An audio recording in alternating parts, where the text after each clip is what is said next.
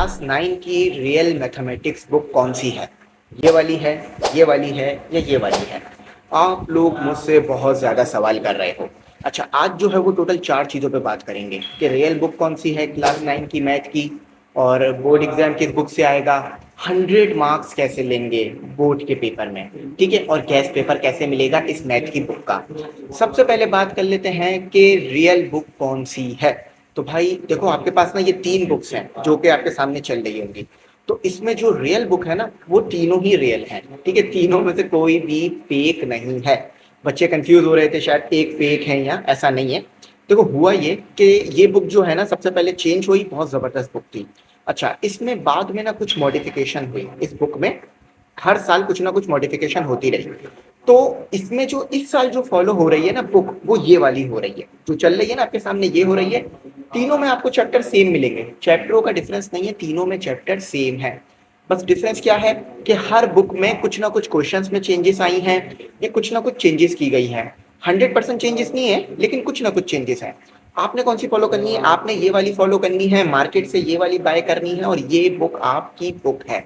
अच्छा, यहाँ पर आ जाते हैं कि आप को जो है इसके गैस पेपर कैसे मिलेंगे और बोर्ड एग्जाम किस बुक से आएगा ये भी बता दूंगा। देखो, गैस पेपर ना हमने वैसे तो तमाम सब्जेक्ट के बना दिए हैं। पता बच्चे क्या सोच रहे हैं? बच्चे सोच रहे हैं यार इस गैस पेपर का ना कोई फायदा नहीं है, ये लगेंगे नहीं। देखो मैं पहले ही बता दूं, इसमें ना पास्ट पेपर के क्वेश्चन हमने मेंशन कर दिए कि कौन सा क्वेश्चन कब किस साल में आया था। बेफिक्र होकर तैयारी करो, यकीन मानो 85% नंबर ला सकते हो इस गैस पेपर से, ये मेरा दावा है। एक बार इसको बाय करके देखो। अच्छा, सॉल्व की फीस है 400, जिसमें तमाम सब्जेक्ट के सॉल्व गैस पेपर मिलेंगे। अनसॉल्व की फीस है 300।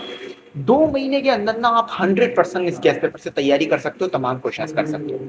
नंबर शुरू में आया होगा, अभी भी शायद चल रहा होगा, इस पे कांटेक्ट करके डिटेल्स ले लो। लेना है या नहीं लेना बाद में सोचना।